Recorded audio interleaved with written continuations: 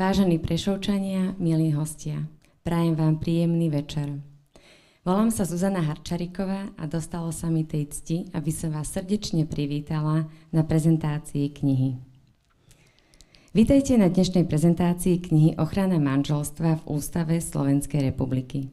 Organizátorom dnešnej prezentácie je nadácia Tunegu, Pučika a Tesára v rámci projektu Fórum pre Slovensko. V spolupráci s Karpátskou nadáciou Carpathian Platform. Fórum pre Slovensko je projekt, ktorého cieľom je vytvárať priestor pre hľadanie a formulovanie rozumných riešení pre rozvoj našej krajiny v rôznych oblastiach. Spája v dialógu predstaviteľov štátnej exekutívy, samosprávy, profesijné komory a združenia, podnikateľské subjekty a odbornú i občiansku verejnosť. Nadácia Tunegu, Pučika a Tesára je etablovaná nadácia s 30-ročnými skúsenosťami. Dlhodobo pripomína národnú pamäť na boj za slobodu a demokraciu. Nesie mená mladých mučeníkov Antona Tunega, Alberta Pučika a Eduarda Tesára, ktorí boli prenasledovaní a popravení komunistickým režimom Československa v roku 1951.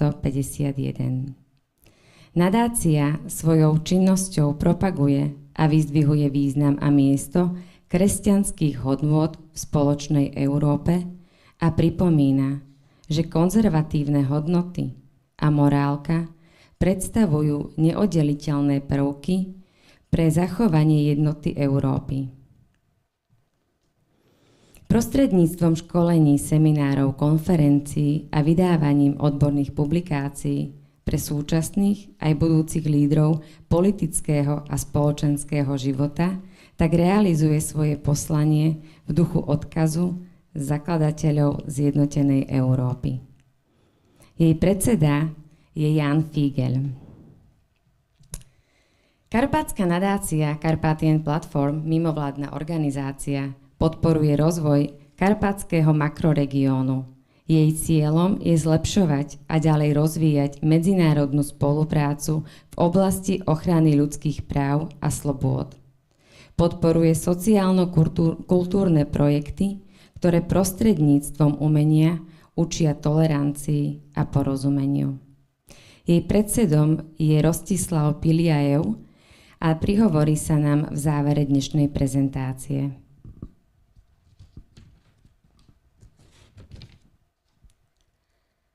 Kniha, o ktorej budeme dnes večer diskutovať, má názov Ochrana manželstva v Ústave Slovenskej republiky. Je to príbeh spísaný Jánom Figelom.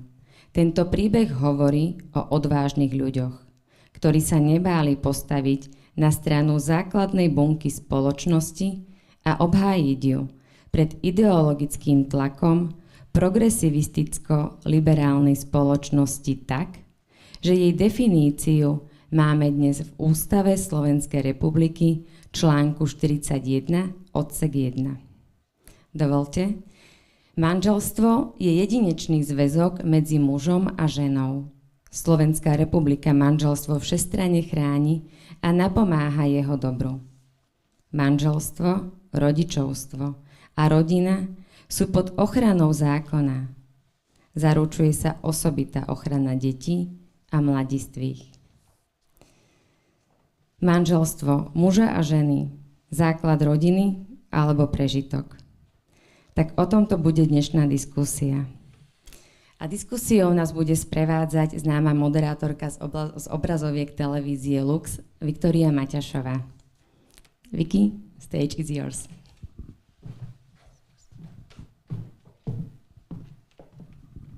Ďakujem veľmi pekne, príjemný dobrý večer. Ako už Zuzka spomínala, dnes sme sa tu zišli z dvoch dôvodov. Prvý dôvod je táto nádherná kniha, ktorá má aj krásnu obálku, aj o nej sa budeme rozprávať. Jana Figela, Ochrana manželstva v Ústave Slovenskej republiky.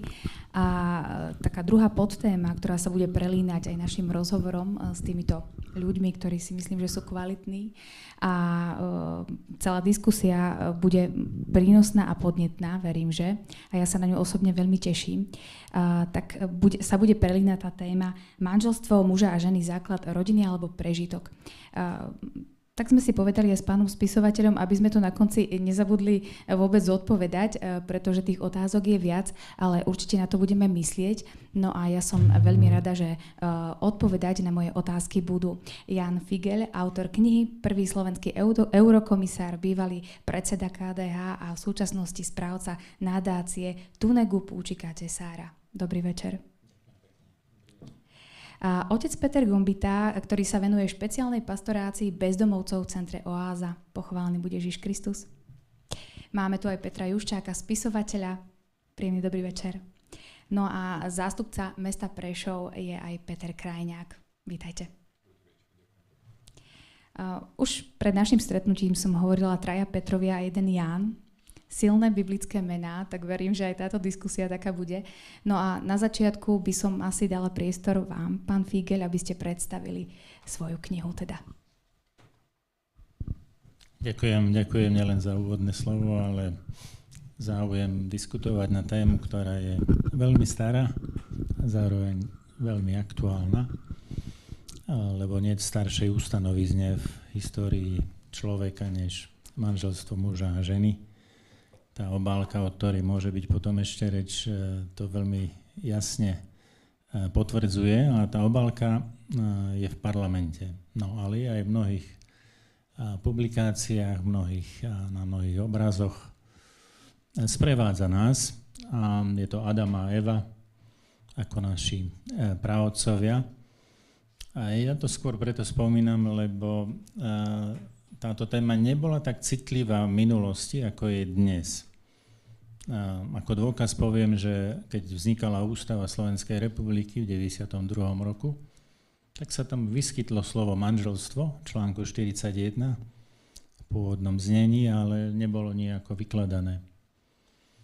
A ja som bol relatívne mladý poslanec vtedy, ale už o 10 ročie ďalej to bolo témou.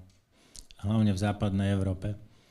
Aby som nehovoril širšie alebo príliš široko, tak sa sústredím na tú otázku, ako to uviesť, ako to vzniklo. Keď už bolo spomenuté kresťansko-demokratické hnutie, tak pre nás veľmi logicky, podobne aj pre maďarských kresťanských demokratov, téma rodiny a manželstva bola hodnotová, principiálna a nebolo tam žiadnych pochýb. A zároveň, keď sa tak rozširovali otázky alebo už modality okolo rodiny, tak sme tomu čelili. V roku 2004-2005 Európska únia zažívala prvý pokus o tzv. Harmonizáciu rodinných práv za holandského predsedníctva a vtedy sa mali uznávať akékoľvek alebo iné zväzky na úrovni manželstva, ak boli tak uzákonené v jednotlivých štátoch. My sme tomu oponovali, aj sa to tak udržalo, ale bolo evidentné, že prichádzajú tlaky, zmeny, návrhy, ktoré tu a tam už sa presadili. Prvé bolo Holandsko, ktoré spomínam aj v tejto súvislosti, bolo to v roku 1999. No ale u nás k tomu zásadnejšiemu zlomu prichádzalo v roku 2012, keď nastúpila vláda Smeru, ktorá bola jednofarebná a ona vložila do svojho programu na jednej strane silnú stránku, silný odkaz na podporu rodiny a na druhej v kapitole o zahraničnej politike a o ľudských právach vložila zámer prijať novú celoštátnu stratégiu ľudských práv. To bolo zdedené z predchádzajúcej vlády, v ktorej som bol aj ja. Ten zámer je skôr chválihodný alebo logický, ale to ale znamenalo, že keď začala tá stratégia vznikať zhruba po roku 2013 pod vedením vtedy ministra zahraničných vecí Miroslava Lajčáka, tak v tej stratégii boli veľmi jasné tézy, kontúry, súvislosti rodovej ideológie, ktorá už spochybňuje samotný rod, že je len muž a žena, alebo teda dva rody. A na tomto konštrukte rodu, v zmysle kultúrno-sociálnom, teda už nie biologickom, ale kultúrno-sociálnom, sa potom vytvárajú nové vzťahy, nové oprávnenia a tým pádom akoby nová definícia, nové chápanie toho, čo sme dovtedy vnímali ako základnú bunku položenú vybudovanú na manželstve muža a ženy. Bol som vtedy lídrom nielen KDH ako politickej strany, ale aj opozície, keďže sme mali najsilnejšie postavenie. A tak som cítil, že to je už aj naša a moja zodpovednosť, či to necháme len tak plynúť, rásť, alebo skúsime s tým zabojovať v pozitívnom slova zmysle. A druhý dôvod bol ten, že prichádzali zmeny zvonku, zo západu, ktorého sme súčasťou a ktorý má vplyv, lebo tu sme priatelia, spojenci, partneri v mnohom a jedno také pekné slovenské príslove, povedz mi, s kým sa priateli, že ja ti poviem, aký si. No a tie zmeny prišli, alebo došli do rozhodujúceho štádia, napríklad vo Francúzsku, ktoré prijalo celý balík legislatívy pod názvom Le mariage pour tous, manželstvo pre všetkých. A Veľká Británia takisto vtedy mala zvláštnu koalíciu, konzervatívno-liberálnu vládu, teda dve strany v koalícii, tiež prijala zmeny, ktoré viedli k manželstvám osôb rovnakého pohlavia. Tretie bolo Nemecko, ktoré urobilo zmeny v rodovej oblasti, teda už sa vyskytovala kolónka nielen muž, žena, ale aj iné pre človeka, aby sa seba určil. No a z toho vyplývajú znovu ďalšie súvislosti. A štvrtá krajina, ktorá to urobila na súdnej úrovni, teda na úrovni Najvyššieho súdu, boli Spojené štáty americké, kde teda Najvyšší súd, kde niekedy stačí jeden hlas z 9 sudcov, preklopí situáciu do iného výkladu. No a tak najväčšie mocnosti na západ od nás, naši spojenci, zmenili v tom období 2013, 2014, 2012 legislatívu alebo judikatúru v oblasti manželstva a rodiny. Takže pre nás to bol veľmi silný podnet a ja som už vtedy vyšiel s konkrétnymi vystúpeniami, ktoré táto kniha zachytáva. Takisto pripomínam, a je dobré tu na východe to zvlášť podčiarknúť, že tu bol Národný pochod za život, prvý bol v Košiciach v septembri 2013. A tento veľký pochod, lebo to bol najväčší živý pochod alebo zhromaždenie od novembra 89. Takže to treba brať aj s touto vážnosťou spoločenskou. Vyjadril v manifeste mnohé požiadavky, ktoré sa týkali aj života, ale aj tém, ktoré so životom súvisia. Manželstvo je kolíska pre život. Kolíska lásky a človek by povedal najstaršia a najlepšia kolíska pre nový život. Tak jedna z požiadaviek z Košic 2013 bola ústavná ochrana manželstva. No a čo sa potom dialo, je v knihe zachytené, ja nechcem celkom predbiehať, je pozvaním na čítanie, ale je tam niekoľko zaujímavých takých zlomov. Bol som na jednej konferencii a to len preto spomínam, lebo som sa odhodlal pre tento náročný proces v Ríme, keď som stretol dvoch pápežov jeden deň. Svätého otca Františka ako nového z Latinskej Ameriky, bolo to nebývalé, lebo všetko je inak a to len pripomínam, že v tom roku 2013 nastúpil pápež František z Latinskej Ameriky, z Argentíny a my sme sa stretli 1. septembra, lebo bola tam konferencia o týchto témach, ako je život, svedomie, náboženská sloboda, manželstvo, rodina. A za chrámom svätého Petra mal stretnutie emeritný pápež so svojimi konškolákmi, Benedikt XVI. Takže voľa, kedy by to bol taký malý zázrak alebo div, stretnúť dvoch pápežov, ale tu sa to stalo. Zažil som to a vnímal som to ako výnimočnosť. A spomínam to preto, lebo do roka a do dňa to odhodlanie sa naplnilo platnou zmenou ústavy. Ďalší taký prozreteľnostný signál bol, že keď som zverejnil ten zámer doma, už na Slovensku po návrate z Ríma, tak to trvalo skoro na deň presne 9 mesiacov, kým z toho zámeru ohláseného a rozbehnutého a bola zmena ústavy. Najprv to vyzeralo beznádejne, pretože keď som zvolal politické strany parlamentu na rokovanie o tom, že máme návrh a chceli by sme ho dostať do legislatívneho procesu, tak s tým nikto nesúhlasil. Nepresvedčil som žiadnu inú stranu, ten návrh bol v mojom šuplíku vtedy z predchádzajúceho obdobia, keď neprešiel už v roku 2006. A bolo evidentné, že nemáme silu na zmenu ústavy podľa tohto návrhu. To chcem teraz zdôrazniť, že hľadal som naozaj tak úprimne a až by som povedal invenčne cestu ďalej, keď zistíte z prvého kola, že nemáte ani silu, ani partnerov, ani riešenie, nevyzerá to vôbec priechodné. A už sa to stalo.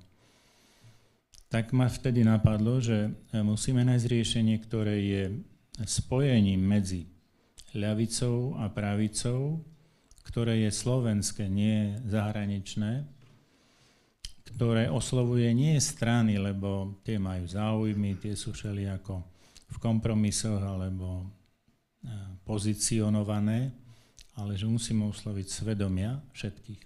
Tak som napísal 149 listov všetkým poslancom s tým, že manželstvo a rodina je téma osobná, nielen nejaká stranická alebo spoločenská, ale aj osobná. Každý k tomu má postoj, názor, lebo prichádzame cez rodinu, žijeme v rodinách.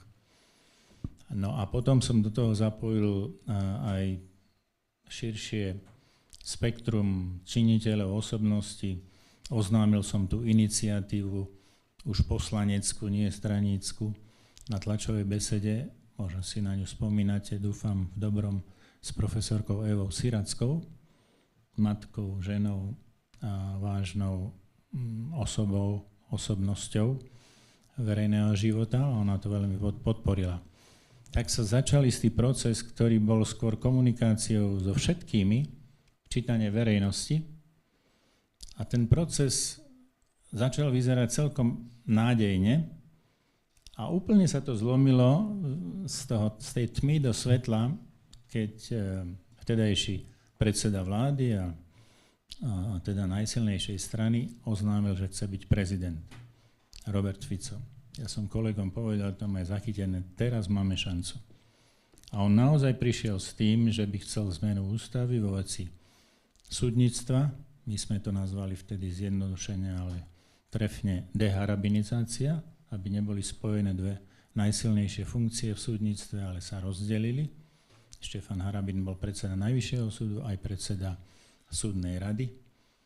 A ďalšie zmeny v čítane previerok sudcov a imunity sudcov boli v ústave riešené.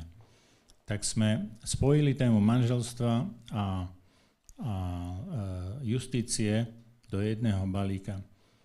Vtedy to samozrejme malo šancu, lebo tých hlasov už bolo dosť. A po veľkých peripetiách, lebo tie tlaky boli enormné, aj zo zahraničia, aj znútra štátu, a po zložitých rokovaniach v parlamente, keď prvé hlasovanie znovu také prozreteľnostné pripadlo na 25. márec, deň počatého života, deň sviečkovej manifestácie, teda Bratislavského Veľkého piatku. Vtedajší už nebohý Pavol Paška tak riadil parlament, že takto pripadlo. To nebolo naše rozhodnutie. Ale hovorím to preto, lebo tam boli také stopy, ktoré spätne človek vníma ako neobvyklé.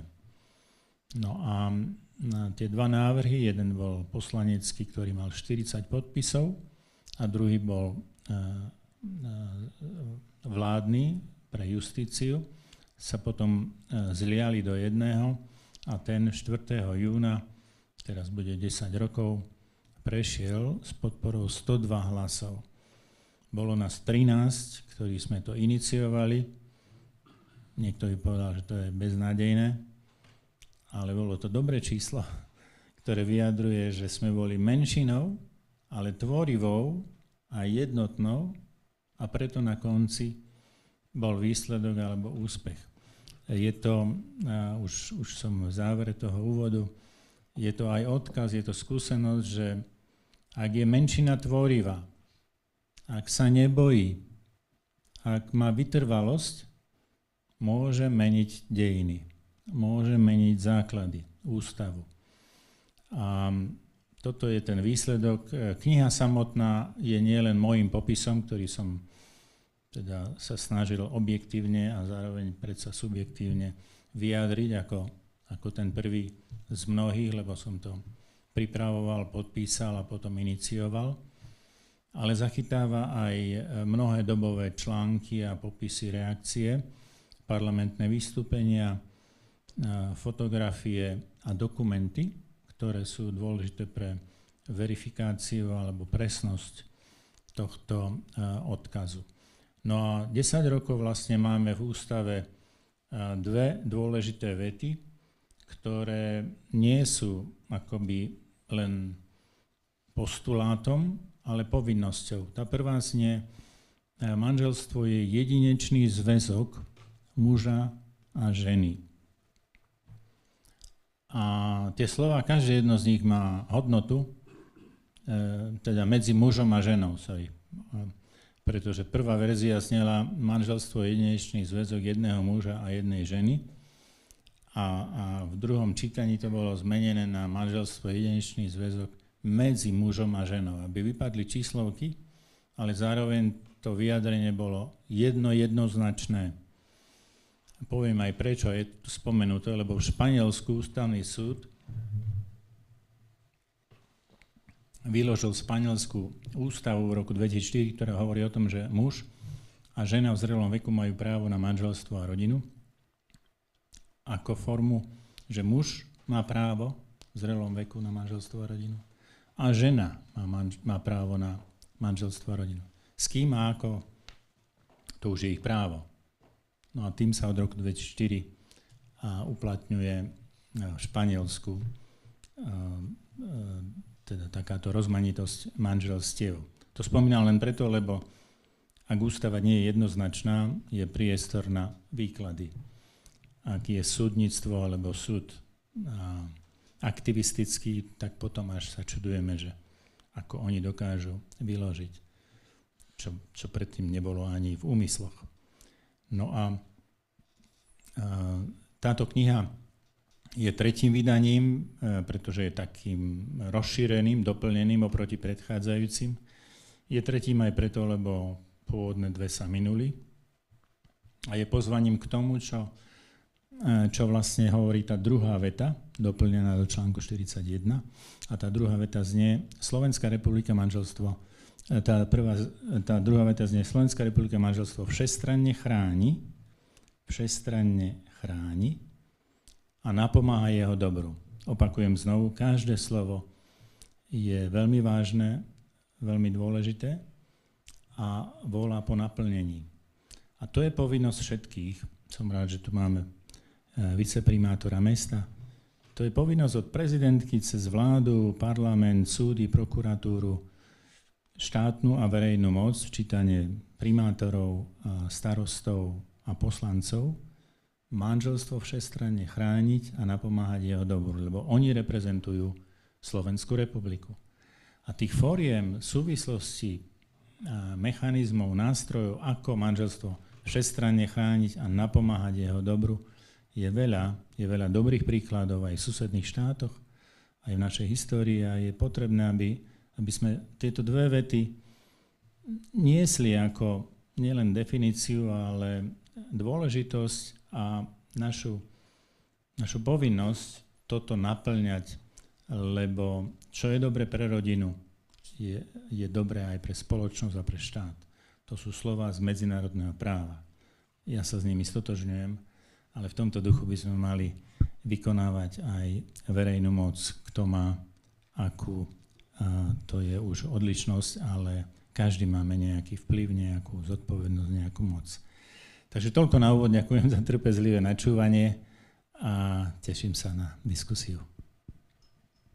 Ako vznikala táto kniha, čo vás k tomu primelo, to ste už vlastne zhrnuli v tom úvode, tak by som sa ešte dotkla k obálke alebo k tej prvej strane, ktorá je naozaj nádherná. Prečo Albin Brunovský? Albin Brunovský, lebo je majster, bol majster kresby alebo umenia a umenie vyjadruje niekedy viac než len naše schopnosti slov. Tento obraz visí v parlamente na dreve, má názov Slovenský raj, je veľmi pekný aj tak naživo, keď to človek vidí, aj táto fotka je pekná. Vidíte tu Adama a Evu, skôr takej slovenskej verzii a dobrých a zlých duchov, to, čo nás nejako tak v živote sprevádza a my sa rozhodujeme v slobode, ktorú nám Otec dal. A vzadu je ďalší majster, keď môžem doplniť, a to je tiež už nebohý Milan Rufus, majster slova a vynikajúci básnik. A keď sme sa stretli, tak to bol nezabudnutelný rozhovor. A sú tam aj veľmi pekné verše od neho. Modlitba za rodičov. Odporúčam všetkým, aj malým, aj menej malým, respektíve mladým, aj menej mladým, pretože jeho krásnymi slovami vystihuje to, ako samotné dieťa zmýšľa prirodzene a logicky o ockovi aj mame. Máme dve ručky, jednu pre ocka, jednu pre mamu. A preto som si dovolil na tú obálku dať aj majstra Brunovského, aj spomienku na Milana Rufusa. Ja pripomeniem, že my si túto báseň v závere aj prečítame určite, ako takú záverečnú modlitbu. Máme tu rôznorodú paletu hostí. Tak akým spôsobom môže politik, kňaz, spisovateľ, zástupca mesta prispieť k ochrane rodiny a manželstva? Akým spôsobom vy môžete participovať? Chcete, alebo už aj sa to deje?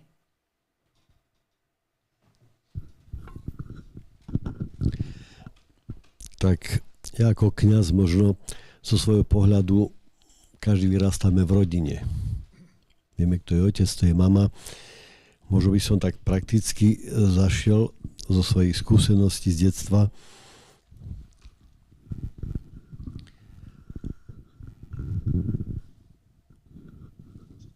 V rodine na teológii sme sa učili, že rodina je domovom detí, kde sa učia tým najcennejším hodnotám. Láske, pracovitosti, trpezlivosti, obetavosti. Musia sa spolu deliť, úcta k autorite. A to dieťa, keď vyjde vonku,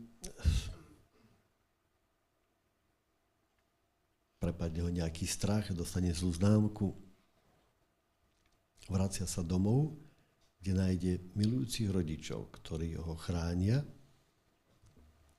a ktorí ako za túto prácu, za tento spoločný život, ako by mali žiaru alebo svetožiaru nad svojou hlavou alebo vo svojom srdci, duši, naplnenie touto radosťou alebo Božím požehnaním, Božou silou pre ďalší život alebo ďalší spôsob života pre svoje deti, pre svoju rodinu a pre spoločnosť. Ja som stratil vieru, keď som mal asi 13 rokov, pretože videl som otca ako človeka, ktorý bol veľmi spravodlivý, čestný, pravdivý. Nepodpísal pozemky do družstva, bol 5 rokov v bani. V 68 roku sa postavil rudcom, potom v 75. 4. v Rožňave, kde si tam blízko pracoval, tak vyháňal Rusov, ruských vojakov preč z republiky. Som čakal, kedy príde eskorta. Zažil som veľmi, veľmi radostné detstvo, ale aj mal som veľký strach, obavu, že ako stratím otca, čo ja tu s mamou si počnem a čo budeme 5 detí, ako prežijeme. Vieru som vnímal ako silu, ktorú otec čerpá pre túto rodinu, pre prácu, lebo pracoval len sám. Detko, babka boli, mama bola domáca, ale zasa sa mi nepáčila tá viera, keď som išiel do kostola z povinnosti a keď kňaz rozprával, čo je dobro, čo je zlo, čo je hriech, čo je zatratenie peklo. Mne sa to veľmi nepáčilo. Ja mám horieť pekle, ja mám proste urobím, lebo vždy, každý z nás, čo si urobí zle v živote. Takže ako 13-ročne sa mi začali páčiť dievčatá, som sníval o manželstve, o rodine, že ako by to mohlo byť. Zrazu ja mám horieť pekle, pretože sa mi páči dievča. Alebo tá puberta to už prechádza v tom. Tak som stratil vieru a som vyhlásil, že Boha nie, alebo Boha nechcem takého, ako mi predstavuje kňaz alebo cirkev. Trvalo to asi skoro 3 roky, kedy s týmto Bohom som sa opäť stretol a som pocítil čosi iné v živote a som úplne o 180 stupňov a to obrátilo. Zažíval som úžasné čosi veľké vo svojom srdci, vo svojom živote a nakoniec som sa stal kňazom, čo dnes sa divím, že čo dokáže Boh urobiť aj s neporiadnym človekom. A práve v tejto rodine som až pochopil, čo to znamená tá viera, ako tú rodinu chrániť, čo som zažil ja vo svojej rodine, keď som mal problémy v škole, lebo som sa postal učiteľom, pretože nás kedysi bili proste, dlhé vlasy, keď mal človek a proste to bolo ani nemožné. Ako za mňa mama orodovala, ako mali dať 2 schovania, alebo prepadnúť nakoniec, lebo som nepísal úplne, som odvietol z fyziky písať úlohu. A viem, ako mi zachránila kožu, ako som sa tedy cítil a dnes pozerám, čo to znamená mama, čo to znamená otec, čo to znamená manželstvo, čo to znamená rodina. No, ja som prežil pekné detstvo, len sú veci, kedy je zákon, to je veľmi pekné, všetko dobré, ale rozhodujeme sa slobodne pre tú rodinu, pre to manželstvo. A druhá vec, vieme, že aj v minulosti boli tie rodiny, to manželstvo pekné, ale bolo aj ťažké. A viete, v mnohých prípadoch tí ľudia veľmi trpeli, alebo skôr tie ženy, ale sa neodchádzal z rodiny. Ten muž málo nenechával tú rodinu, to bola ako si taká úcta, také čosi sveté, posvetné, alebo aj voči verejnosti.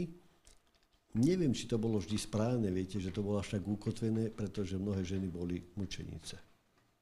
Ja si tvrdím. A druhá vec je, dnes je zasa sloboda, dokonca aj Mojžiš v starom zákone, keď sa rozákonní kňazi sa pýtali, ako si to dovolíš, proste ženu pustíš a môžeš prepustiť a dáš dokonca ešte ospravedlňujúci list, že žena nehreší, pretože môže odísť z toho manželstva, môže nechať zo zväzku. A hovorí pre tvrdosť vášho srdca, pre spôsob, život, aký vedete tej žene. Aby prežila, lebo život je oveľa viacej, má veľkú hodnotu, najväčšiu hodnotu, aby si jej nezničil život, tak môžeš odísť a nehrešiš. Chcel zachrániť tento život. A si myslím, že aj dnes mnohé manželstvá, keď sa rozpadnú, my môžeme chrániť zákonom. Ale keď to vlastne nefunguje a nepomôže, prepáč, niekedy ani kostol, ani sviatosti, pretože že raz to začne škrípať a proste tomu zlu sa nevieme ubrániť, sa hádame, alebo proste vy skôr viete, keď žijete tej rodine, ako ja skôr z toho, čo riešim, čo pomáham, tak jednoducho tí ľudia sa rozídu. Určite je to veľa horšie, pretože iná babka, iný detko, iný muž, iná žena naruší to, si myslím, veľmi, veľmi tú rodinu, no ale tak sa žije. To znamená, že aj ten druhý zväzok, ktorý vznikne, supluje rodinu alebo manželstvo, aj keď poviem, porušil zákon alebo porušil sviatosti, alebo čo má tej cirkvi robiť. Ja si myslím, že Boh k nemu tak hovorí a tak pomáha tej žene, tak mužovi, tým deťom, ako tí, ktorí majú v poriadku. Chvála Pánu Bohu, že dokázali to udržať. My to sa snažíme vysvetľovať tým ľuďom, aby sa nenarušil nielen manželstvo, manželský zväzok, ale aj môj život, aby som nerobil zlo, pretože narúšam vo sebe pokoj, narúšam v sebe harmóniu a proste už nie som ten, ktorý by som mal byť, ktorú Tvorca mi dal úlohu a poslanie, čo mám tu robiť a žiť pre iných, čo mám dávať druhým a ja proste sa správam úplne ináč. Takže myslím si, že platí, ja som sa učil, že zlo alebo hriech sa odpúšťa prv, než idem na rozrešenie, na spoveď a ľútosťou. Ja si myslím, každý, kto úprimne povie, že Pane Bože, nezvládol som ten život, alebo tú situáciu, alebo to hriech som padol, odpust mi, prepáč, že má odpustené. Aj keď nemôžeš na spoveď, pretože že nedostane rozrešenie, pretože z toho zväzku odišiel. Vnímam takto, tak som sa učil a si myslím, že aj títo ľudia sú hodnotní, ktorí vytvárajú ten druhý zväzok. Takisto sú milovaní Bohom, ako tí, ktorým sa to darí. A si myslím, že aj v tejto situácii nechceme, aby tu teraz múdri, viete, že ako by to mohlo byť. Čokoľvek zviažeš na zemi, bude zviazané v nebi. Ako urobíš, Boh rešpektuje hierarchiu cirkev, úrady, vedia. Ja si myslím, že aj mnohých veciach by sa mohlo pohnúť ďalej a pomôcť iných týchto prekážkach a veciach, ako by mohlo fungovať aj po úradnej stránke. Aby tí ľudia nemali pocit, že kde si sú vylúčení z toho spoločenstva alebo z tejto cirkvi.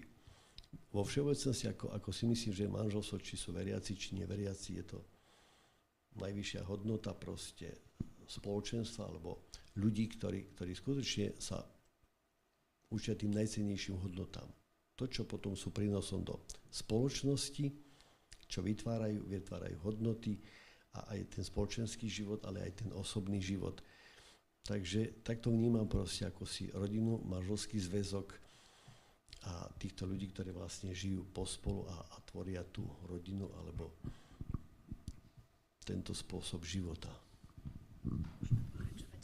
Môžeme pokračovať ďalej, pán Juščák. Tak, otázka je teda, ako by mohol, povedzme, spisovateľ prispieť k ochrane. No, ruský spisovateľ Tolstoj píše v prvej vete svojho slávneho románu, že tak, ja to tak nejako budem parafrazovať, že všetky zlé manželstvá sú zlé na jeden spôsob. Teda na 1000 spôsobov, ale dobré manželstvo je dobré na jeden spôsob. Čiže vidíme z toho, že to manželstvo vždy bude atakované tými 1000 rôznymi problémami, pokušeniami, zvodmi a buď to manželstvo, ten muž a žena to ustoja, alebo to neustoja. Z toho nám jednoducho vyplýva, že každý, kto sa dotkne manželstva, každý autor sa dotýka jednej neuveriteľne zložitej veci, ktorá nemá definíciu a nemá ani návod na použitie. To teraz berte mňa ako moje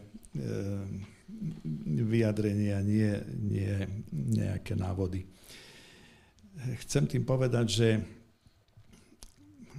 každé manželstvo je vlastne takým ľadovcom. Má svoju viditeľnú časť, tú 1/10, a 9/10 je neviditeľných. A my môžeme rozprávať o svojom manželstve, o cudzom, o inom. Vždy rozprávame o tej viditeľnej špičke manželstva a málo kedy sa dotkneme toho, čo je pod hladinou. To, čo je pod hladinou, je tajomstvo.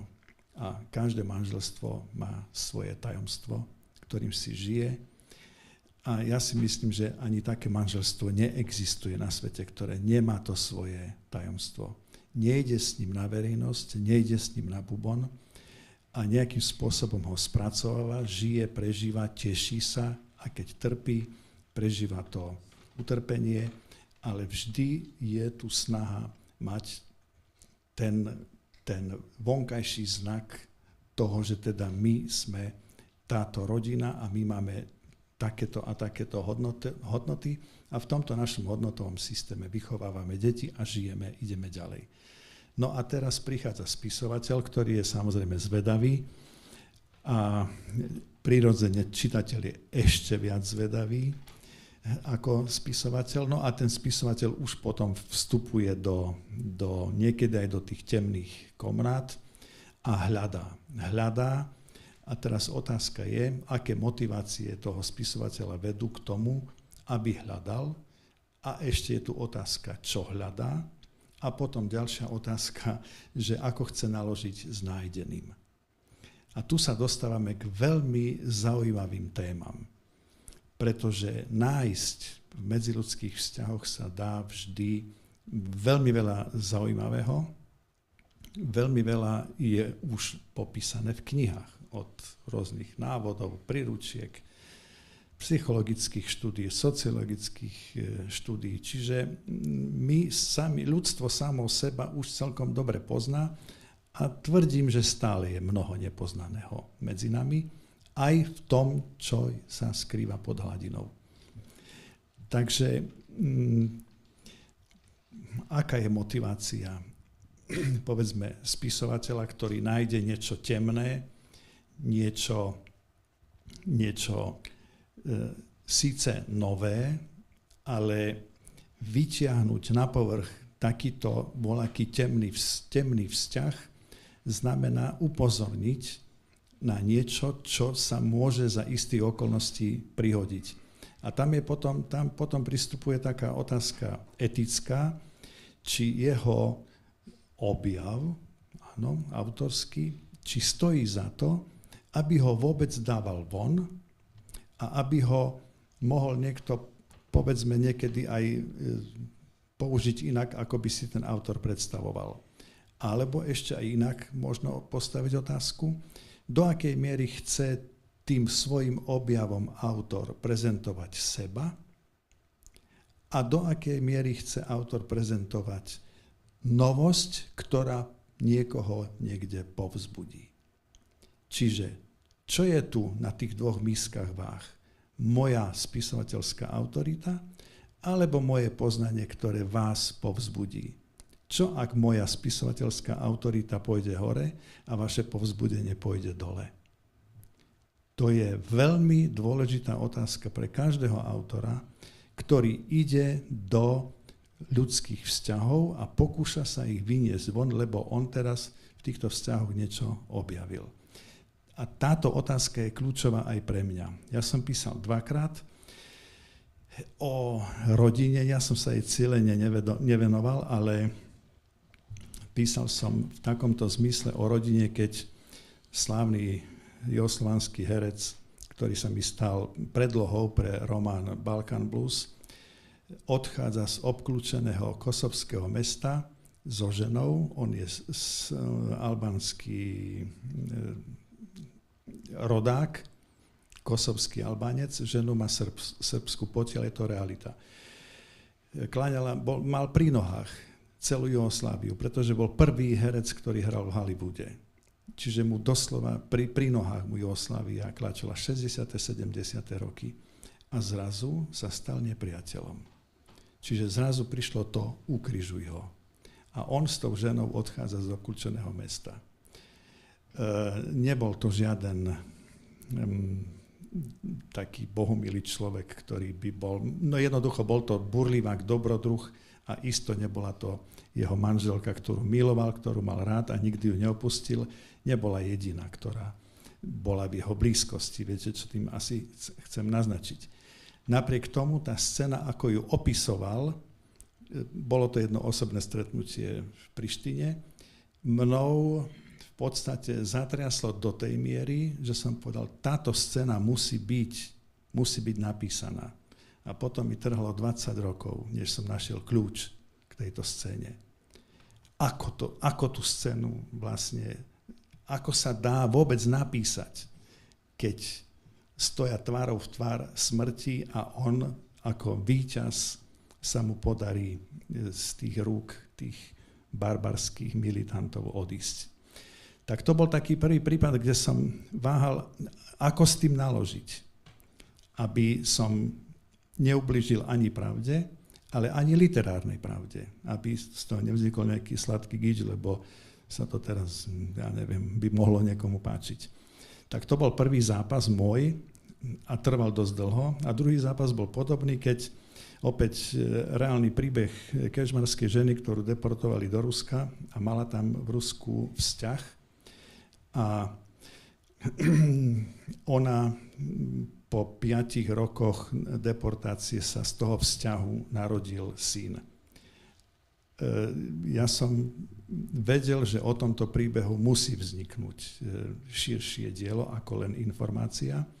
Takže opäť dlhé roky stretávania so synom, ktorý sa tam narodil, a modelovania toho, čo mohlo sa všetko udiať v tejto poctivej žene, že sa udial takýto príbeh. Jedna rodina sa rozpadla a druhá rodina ani nevznikla, pretože nemala šancu. Ona sa potom vracia do Kežmarku, kde sa vracia na svoj hrob. To bolo ako príbeh Lazára, nevracaj sa, ako moderné poznanie. Nevracaj sa oplakaný domov, lebo ťa nepríjmu. Si bol oplakaný, tvoje miesto je v hrobe. A to bol jej prípad. Čiže uchopiť túto rodinu, ktorú rozbili, tí, ktorí ju deportovali, tam pokus o vznik vzťahu, čo si ako náhrada rodiny, čo je na dlhé rozprávanie, ako človek tú rodinu potrebuje. V tých krutých podmienkach, kde každý vzťah, každý pohľad, každý úsmev znamenal hviezdu na nebi, znamenal ľudský úžas.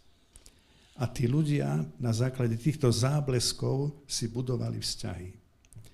My to nevieme pochopiť doma z tepla pracovne, kým nepochopíme to strašné utrpenie, ktoré tí ľudia tam prežívali. Aká sila je tejto rodiny zakodovaná v tom človeku, ako ju potrebuje. Aj v týchto krutých podmienkach. A potom návrat domov a paradox, vyhlásená za mŕtvu a manžel druhýkrát ženatý, 2 nové deti.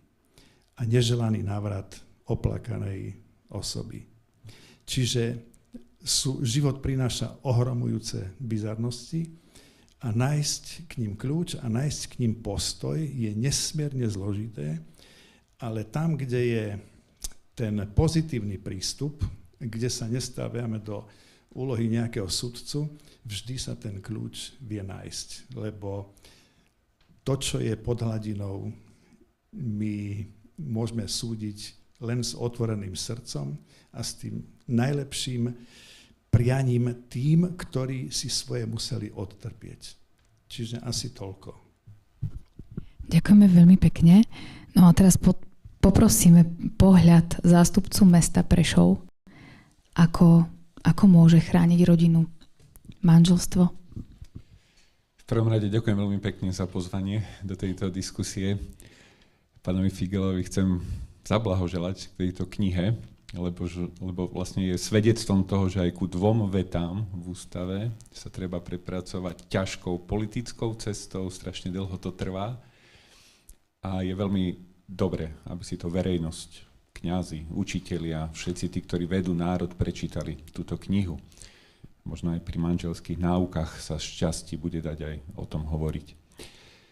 Samosprávy sú v nejakej situácii, vrcholoví politici riešia tieto témy, ako je zmena ústavy alebo jednotlivé zákony.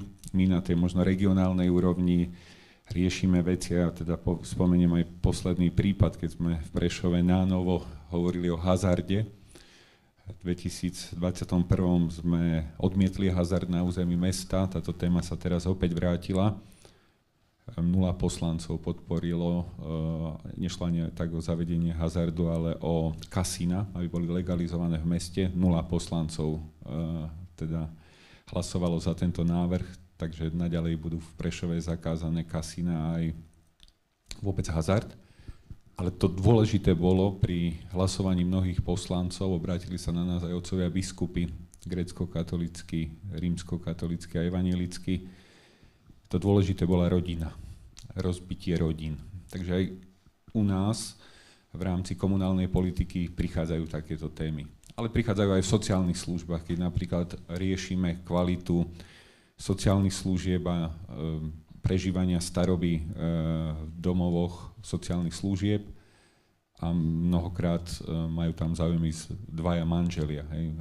Ťažký príbeh, odchádzajú zo svojho domu, predávajú, idú do zariadenia a je našou úlohou pri projektovaní takýchto zariadení vytvoriť vhodné podmienky. Takže aj komunálni politici sme konfrontovaní, priamo či nepriamo, viac alebo menej s témou manželstva. Ja chcem ale povedať ešte jednu vec, ak môžem.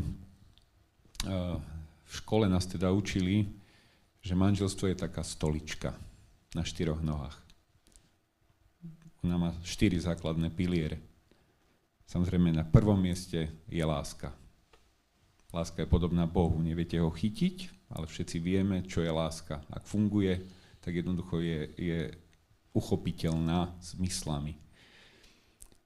Potom druhá úloha manželstva, ten druhý pilier je plodenie detí, odovzdávanie života.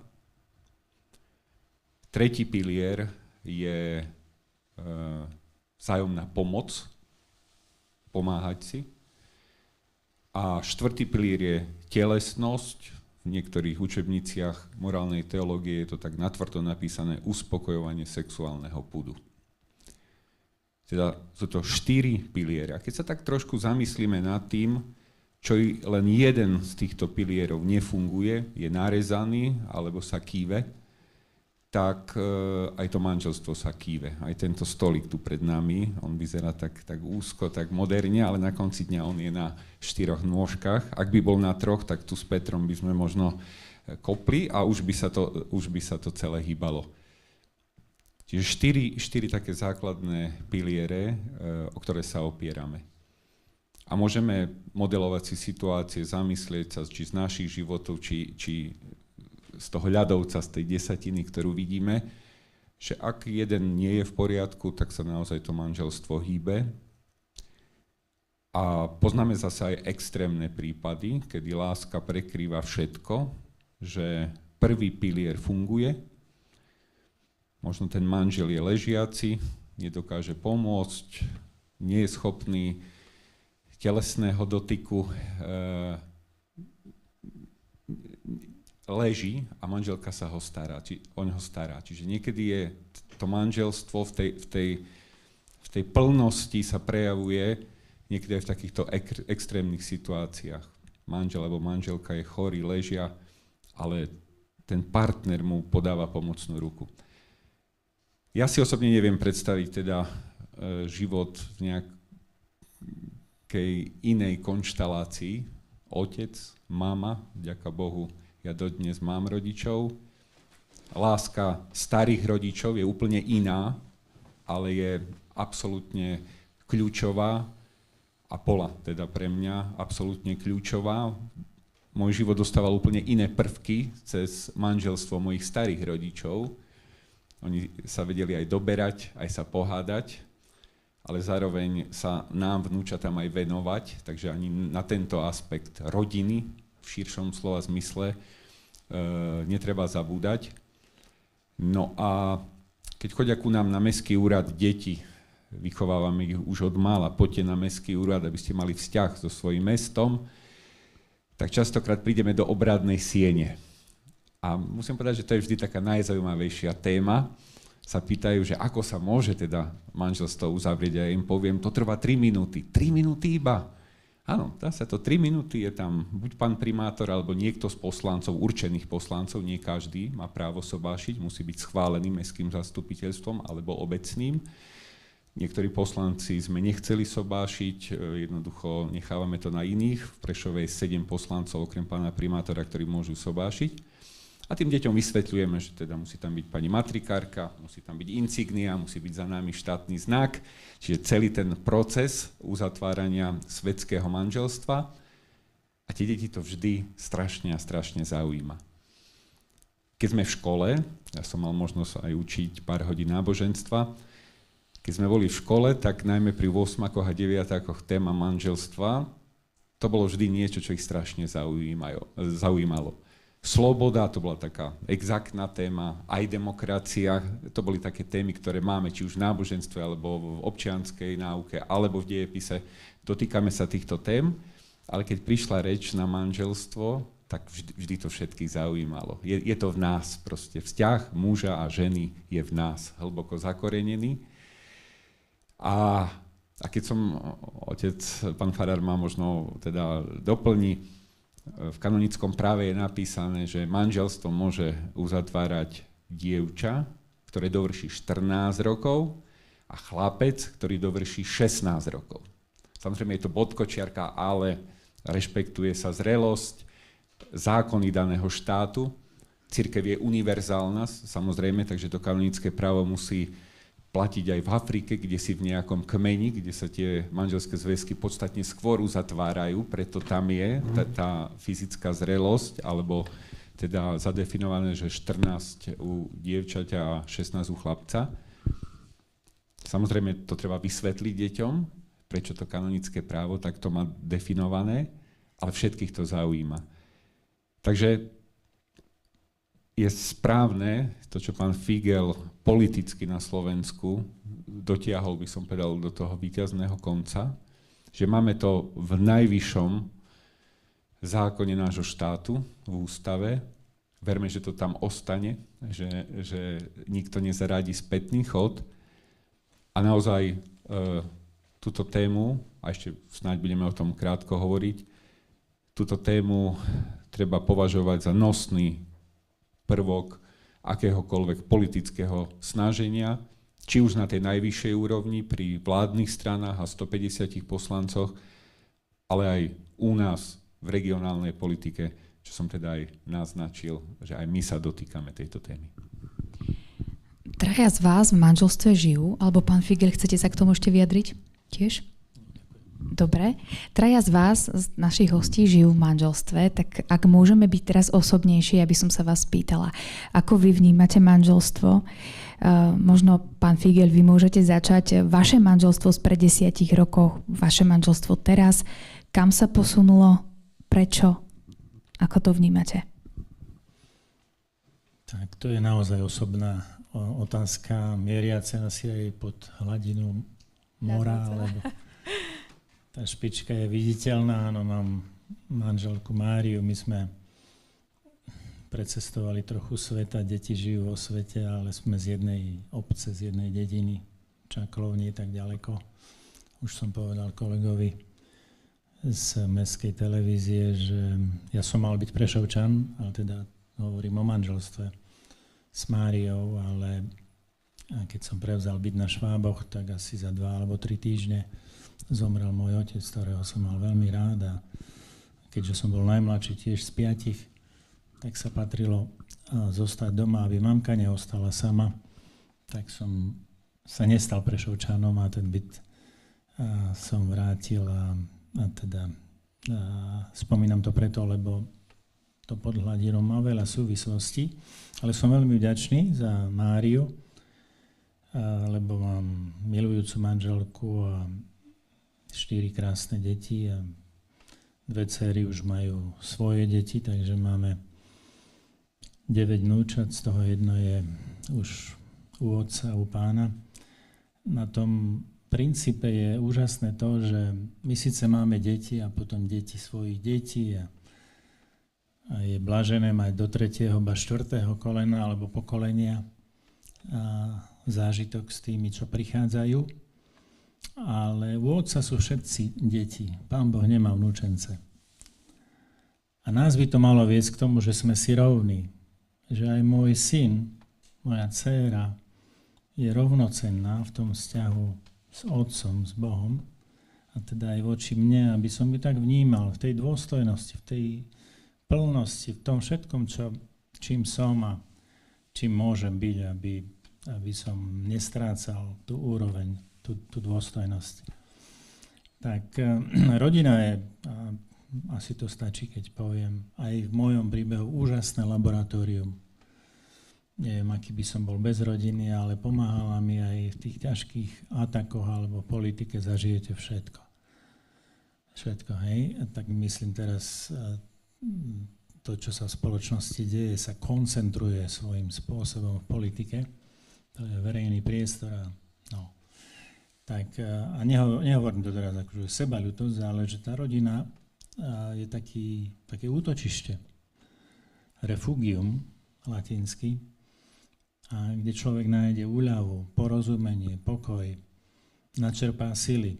Je to taký naozaj obdarený priestor a to je to také Božie, lebo mnohí hovoria, teológovia to vedia lepšie vyjadriť, že manželstvo a cez neho rodina, teda muž, žena a dieťa, je najzrozumiteľnejší obraz trojjediného Boha. Že je to jednota, ale sú tam traja a medzi nimi láska. A tá láska, ktorá ak je, prekoná všetko. A naozaj teraz nehovorím básnicky, teraz hovorím pomaly až fyzicky s tou skúsenosťou. Keď ste chorí a vážne chorí, až smrteľne chorí, keď ste skúšaní a krížovaní a odsudzovaní, máte sa o koho oprieť. A to je o tej láske, o tom Dostojevskom. Lebo ak je láska, môžete ísť kraj sveta a tá prekoná všetko. Tak to hovorí aj svätý Pavol. No. Ale nechcem hovoriť teologicky, lebo na to nie som expert, ale zažívam to naplno a som za to vďačný, lebo to tak aj objavujem, aj snáď dozrievame tak spoločne s Máriou na ceste. Ale bez rodiny by to bolo jak asi na púšti, boľavé, ťažké, izolované. Takže naozaj vďaka. Teším sa na to, čo prichádza, čo príde. Neviem, koľko sa toho dožijem. Často to meráme v tých generáciách alebo v počte vnúčat. Ale to všetko je úžasné. Človek je úžasný tvor, ale človek to je muž a žena. A klásť jedného na druhého je omyl. Hovoriť o ženských právach je ako keby, že muži sú problém. Ľudské práva. A človek je muž a žena.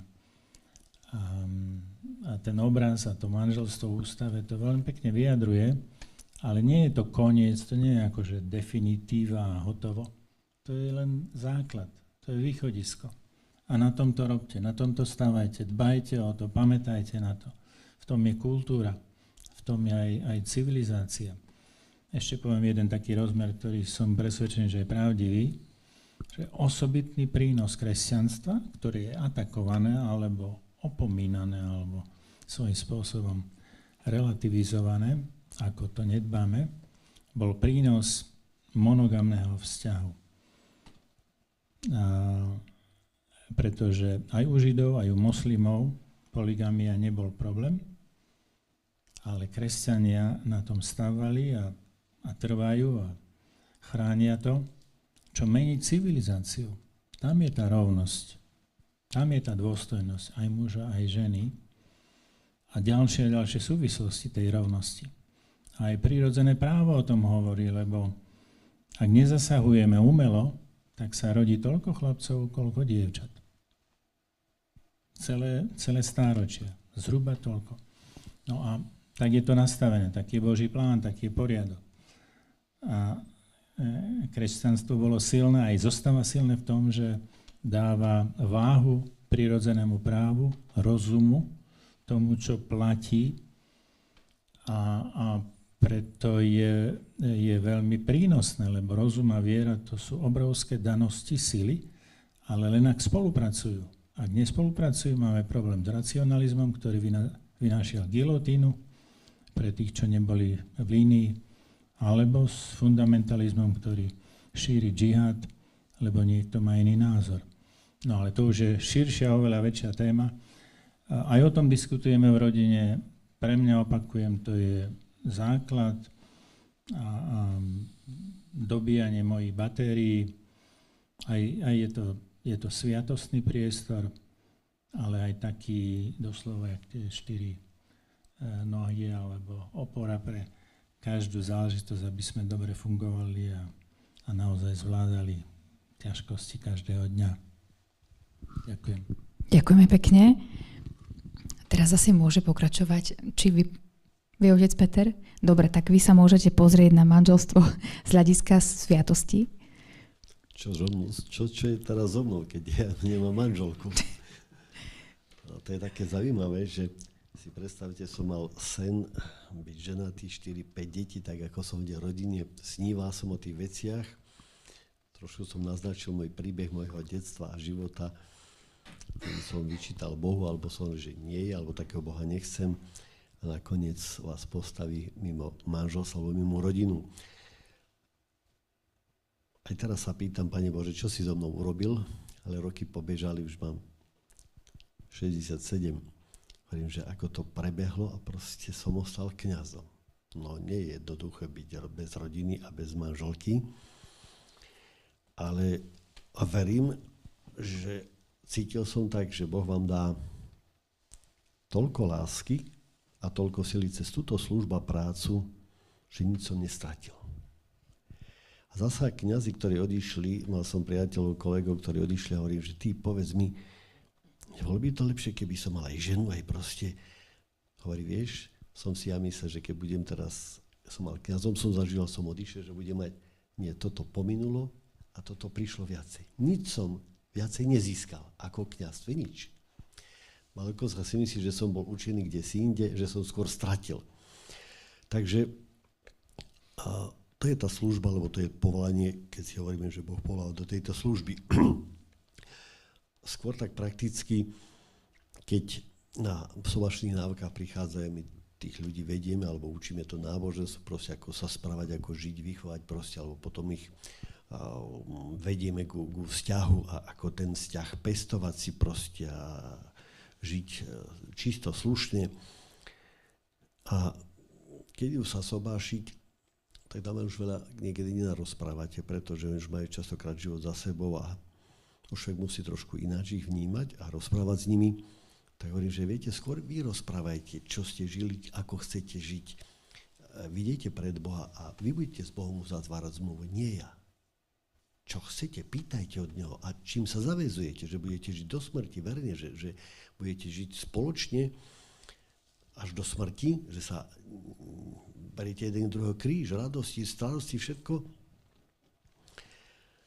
Tak hovorím, to začne. Tak ticho bolo, hovorím, no tak nech sa páči, začína chlap, muž. Hovorím, no tak sa, čo by ste povedali Bohu, alebo svojej snúbenici teraz? Tak pozrel na kríž, na Boha sa neopovážil ešte, na svoju snúbenicu hovorí, že no čo by som ti vedel urobiť, čo by si chcela, čo by som ti mal dať, aby si bola so mnou šťastná, a čo mám tomu Bohu povedať a akú zmluvu podpíšeme, a ako ty to vnímaš? No tak sedí po chvíľke hovorí, že no vieš, ja mám všetko. Ako máš všetko, tak potom na čo ja nie som nejakým prínosom, mám všetko. Keď mám teba a budem s tebou, mám všetko. Tam, kde budeš ty, kde budeme spolu, to bude najkrajšie miesto na svete. Tak to som si zapamätal na celý život a som si povedal, tak je to úžasné. Teraz tých už ľudí nestretnete, pretože málo z ktorých, ktorí ste sobášili, to si mnohí aj nepamätám, ale stretávam iných a si myslím, čo všetko za ten čas sa udeje. Proste dieťa, vnúčata, prvé sveté príjmanie, matura, proste niekedy to decko zakolíše, alkohol a čo všetko, hovorím, Pane Bože, tie veci počúvate a riešite, pomáhate niekedy a vidíte manželov, ktorí sa držia za ruky a majú 60 a viac. Ktorých poznám sa spýtam, že prečo sa držíte?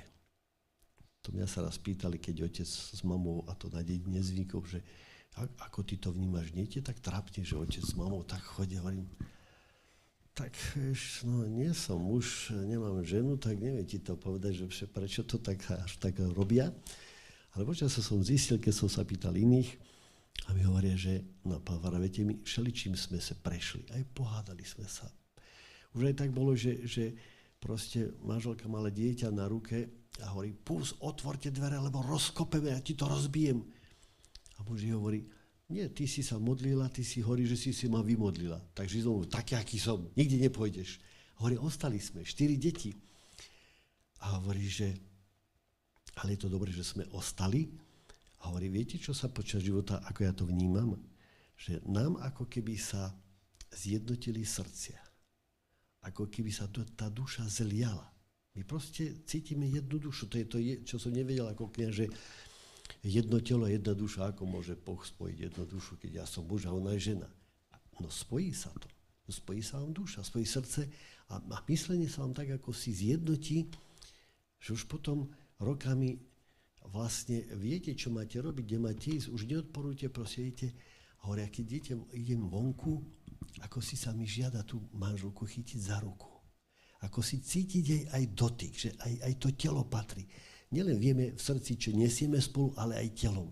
Hovoria, to je také úžasné, keď máme svoj vek, že nás to hreje, že proste patríme k sebe. Tak to je tiež taký pekný príbeh mnohých, ktorý človek vidí, že ako to počas života funguje a ako to vlastne dozrieva a čo všetko sa tom manželstve, tej rodine proste utvorí, urobí, ako to môžu potom vnímať deti, vnúčata, proste tú lásku, tú starostlivosť a to všetko okolia, tá celá spoločnosť. Pretože vidíme aj dnes, keď sme rozložení na dobro a na zlo dnes spoločnosť. To, čo v sebe nosíme, čo sme vypestovali tej v rodine, čo každý z nás nosí, čo nám dali naši predkovia, čo dáme my ďalším deťom a generácie ešte budovať svet na blahobite, na dobrých autách, lietadlách a dobrom mese, to je málo. Ja sa hovorím, že otec musí priniesť domov nielen chleba, ale musí priniesť aj Božie požehnanie, pokoj a lásku. A toto sa nosí s poctivou prácou, s obetavou prácou, so slušnosťou, s obetavosťou pre svoju rodinu a život. A potom to rastie všetko, aj do výšky, do krásy, tá dievča, ten muž, ale aj do srdca, do slušnosti, do spoločenského života. Nechcem oberať vás všetkých, tak asi všetko. Peter Juščák, by ste nám povedali vy, vaše vnímanie vášho manželstva? No ja to dnes poviem manželke všetko. Čo ste hovorili, to bude musieť počúvať o tom srdci, či chce, či nechce. Takže dostali sme sa na chvíľu, sme sa ponorili a teraz ideme von. Môj otec je z 9 detí a mama z 11. Čiže keď to zoberieme z vyššieho poschodia, tak rodina je nesmierne široká, pretože už sú tam aj deti, už sú tam aj vnúci a niekde dokonca pravnúci. A môžem povedať, že keby žil môj dedo Polanský, tu z Prešova, z Dubravy, tak mal by byť na čo pyšný a hrdý.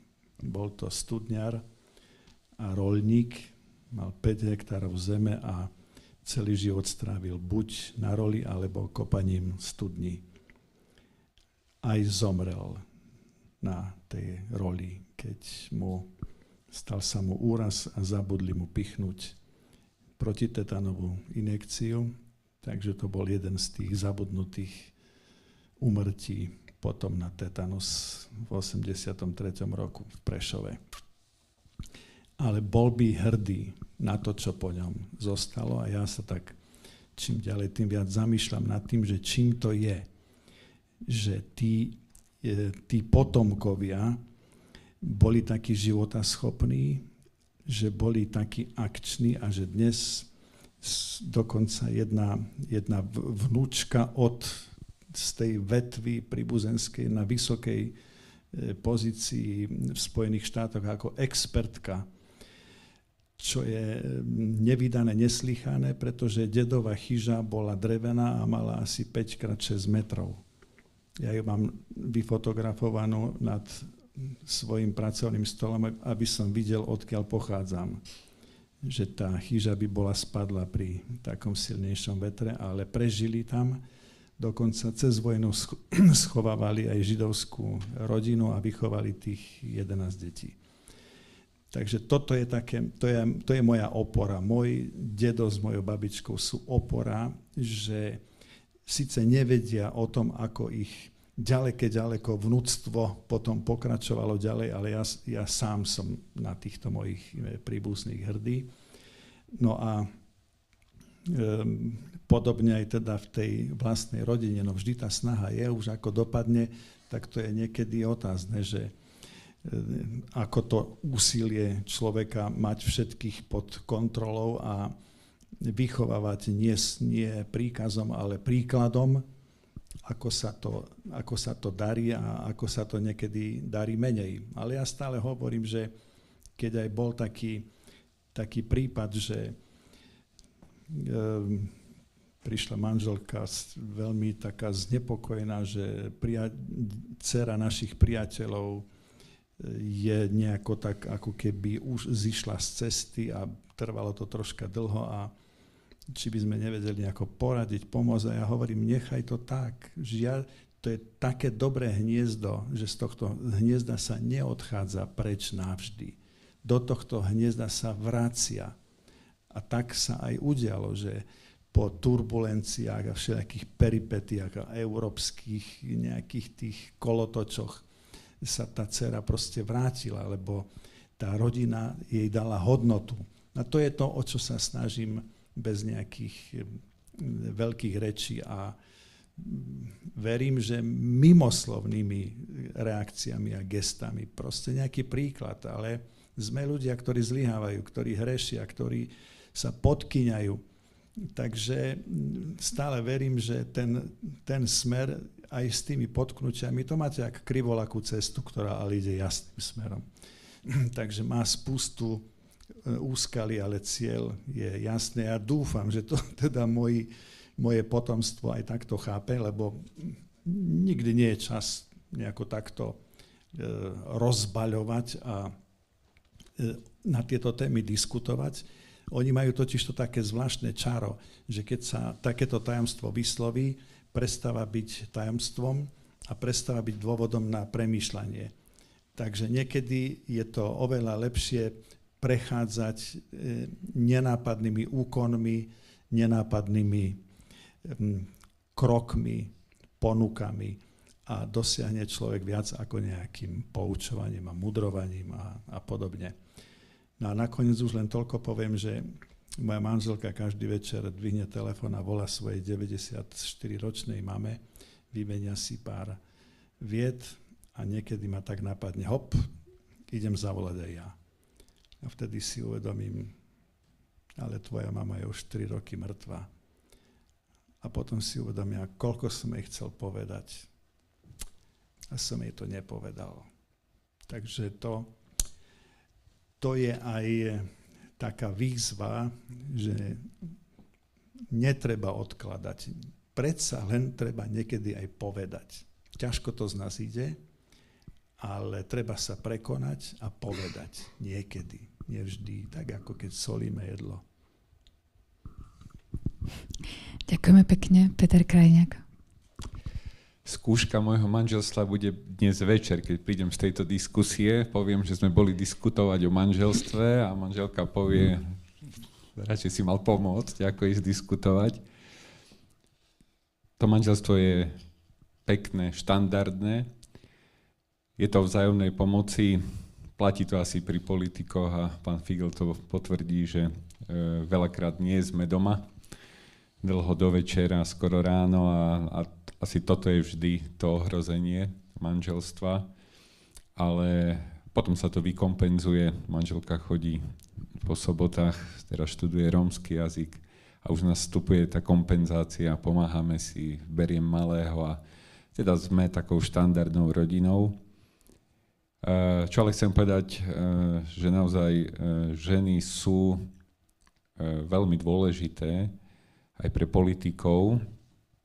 Ja si spomeniem len na Rajsu Gorbačovovú, ktorá bola jednou z manželiek svetového politika, ktorá veľmi ovplyvňovala jeho konanie. A teraz myslím aj na pád komunizmu. O Rajse bolo známe, že teda pomáhala manželovi s príhovormi. Veľmi sa dotýkala jeho rozhodnutí, priam rukolapne, ak si prečítate jej životopis, a možno aj jej našuškávanie a nahováranie ku zmene klímy, možno k tomu, že ísť navštíviť Západ, ísť k Svätému Otcovi Jánovi Pavlovi II, to bol mimoriadne neviditeľný prvok v živote ruského lídra v minulosti. Ale pri tej diskusii mám tu aj iné asociácie grécko-katolíckych kňazov, ktorí sa opreli po 28. apríli 1950 do svojich manželov, ktorí či už boli nejakým spôsobom vo väzení, alebo boli zaistení, alebo potom odchádzali do českého pohraničia, tvorili pevnú ako keby súčasť opory manželstva v tom právom slova zmysle. Takže takto je často, keď aj doma o tom diskutujeme, tak hovorím o týchto príkladoch svedectiev veľmi reálnych, veľmi konkrétnych, možno aj nezmapovaných, možno ešte aj Peter nielen vydá knihu Nezabudni na labute a tie tvoje známe pasáže, ale sa dostaneš aj ku téme manželiek grécko-katolíckych kňazov. Je to mimoriadne špecifická téma opory. No a toto všetko slúži ako keby na také aj povzbudenie, keď o tom doma rozprávame, že môžu prísť aj ťažké situácie, ale treba byť teda na nich pripravený.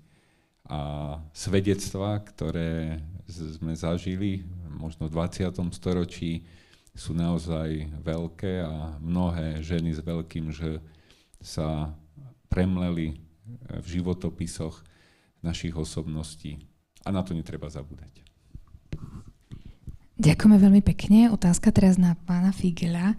Ako máme manželstvo definované v Ústave Slovenskej republiky a aký je význam ukotvenia tejto definície? Ja už som v úvode spomínal tie dve vety, ktoré sú v článku 41. Oni sa tam dostali preklopením, poviem, alebo úpravou a prenosom z zákona o rodine, ktorý v tej verzii v tom čase v roku 2013-14 mal priamo v texte explicitne citované dve zásady.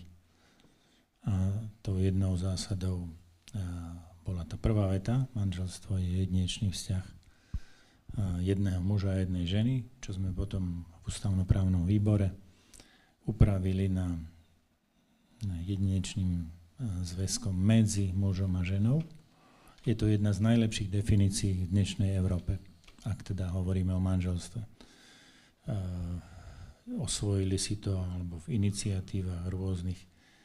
Po nás to použili poslanci, politici v Macedónsku, v Rumunsku. Viaceré ústavy obsahujú takúto vetu, hlavne v strednej a východnej Európe. A druhá veta znie, hneď na ňu nadväzuje Slovenská republika, to znamená štát, ktorý má svoje úrovne zodpovednosti alebo verejnej moci. Manželstvo všestranne chráni a napomáha jeho dobru. To znamená nespochybňovať, nerelativizovať.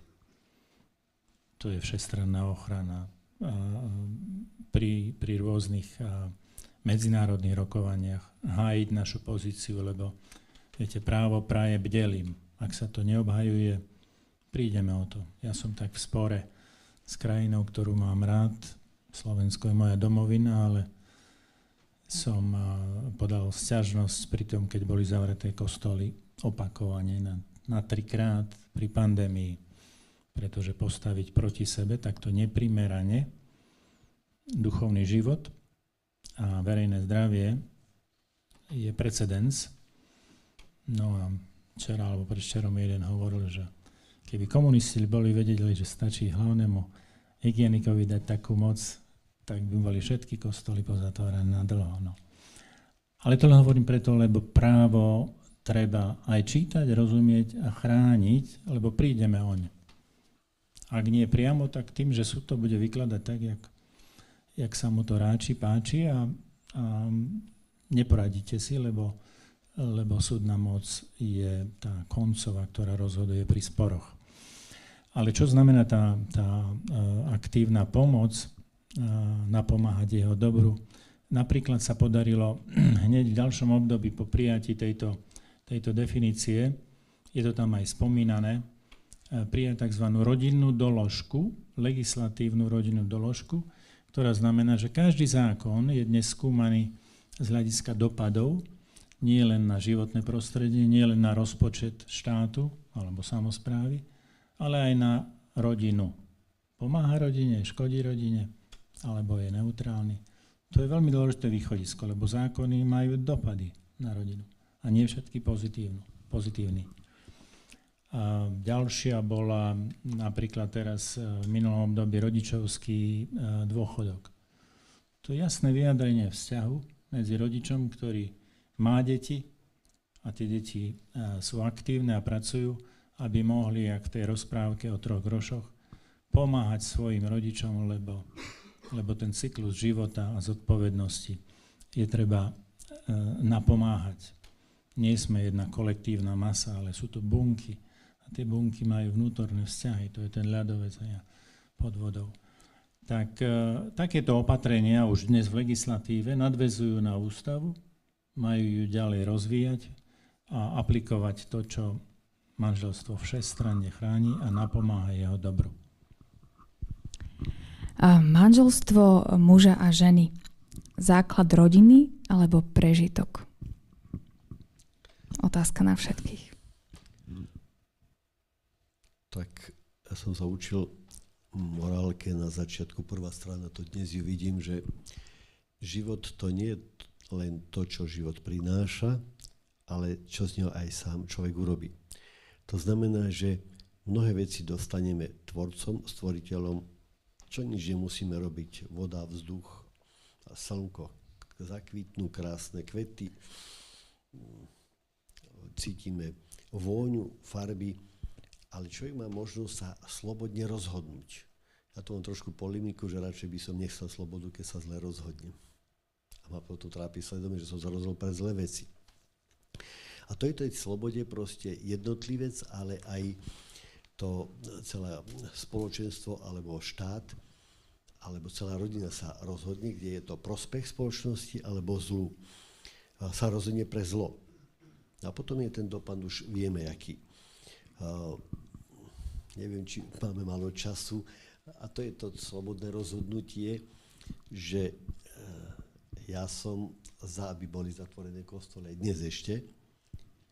Generálne rozriešenie sa môže dať, ja som sa učil, ale netrebalo spovedať. Cez televízie nám ponúkali do obývačky ľuďom rozprávať. Za mnou boli, ja hovorím, ja na to nie som, ja môžem 3-krát do relácií ísť a potom som prázdny. Tam sú teológovia špičky. Rozprávať do obývačky. Nebol kto rozprávať. Nemuseli sme sa vôbec do nemocnici celosvetové, ja nechcem byť teraz múdrejší ako biskup, ako pápež, ja som sa tak učil a s tým mám problém dodnes, že prečo sa to neurobilo. A nepodalo verejnosti, pýtal som sa už aj biskupa, aj kňazov, že stačí, keď loď sa potápa a tam môže kňaz dať generálne rozhodnutie, nemusí spovedať a tí ľudia cítia, že sú zachránení a majú odpustené, aj tak majú odpustené. Keď je tam kniezie, ja to verím ľútosťou. Takže mnohé veci, to, čo môžeme diskutovať, čo môžeme rozprávať, to je tá sloboda. To veľmi si vážim. A to, čo je správne, potom vybrať. Aj ja sa môžem myliť, aj niekedy spoločnosť, ale toto je to úžasné a dobre. Otázkou by som sa vrátil. Manželstvo muža a ženy, základ rodiny alebo prežitok?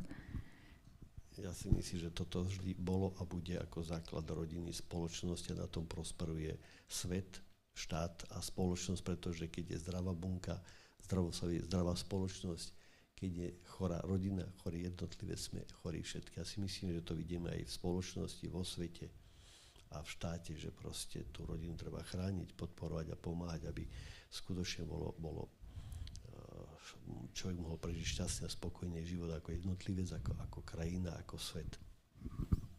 Ďakujeme pekne. Peter Juščák. Tak to je na jednej strane veľmi jednoduchá otázka a na druhej strane obsahuje nesmierne zložitosti. Jednoduchá je v tom, že je to súčasť zákonov, ktoré hýbu svetom a životom. Tak ako platia fyzikálne zákony, tak platia spoločenské zákony a biologické zákony. A zákon, že muž a žena tvoria celok, je na jednej strane je to nejaký biologický zákon a na druhej strane spoločenský a mnohé ďalšie fenomény. Čiže táto zákonitosť je daná, že je tu vzťah. Otázka teraz je, že civilizácia si ho sformulovala, ako pán Figel spomínal, sformulovala si ho do zväzku, ktorý teda má pretrvávať. Je to zväzok muža a ženy a dostal už aj ďalšie konotácie v priebehu vývoja.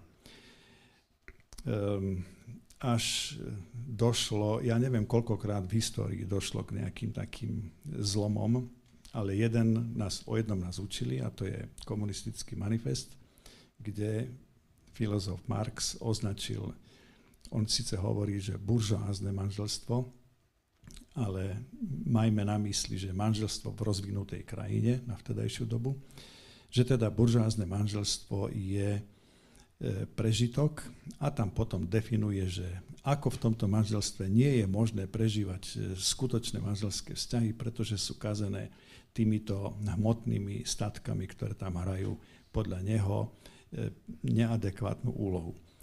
Takže tieto jeho definície sa neskôr začalo sa s nimi trocha manipulovať po víťazstve komunizmu v Rusku. A tam chodili potom aktivistky, tuším, že takéto mená ako Kolontajová a ďalšie, ktoré som zabudol, ktoré sa usilovali o to, aby na téme rozbitia tej buržoáznej rodiny mohli aplikovať nové sociálne programy a tie sociálne programy už potom boli prísilné aj na Lenina. Pretože to boli sociálne programy, kde mali byť mužské, ženské kolónie, kde mali sa spoločné deti z týchto kolónií sa mali vychovať v špeciálnych detských domovoch a vzťah muža a ženy mal byť natoľko voľný, keďže oni priniesli slobodu, tak v rámci tejto slobody ten vzťah muža a ženy nemal byť limitovaný prakticky ničím.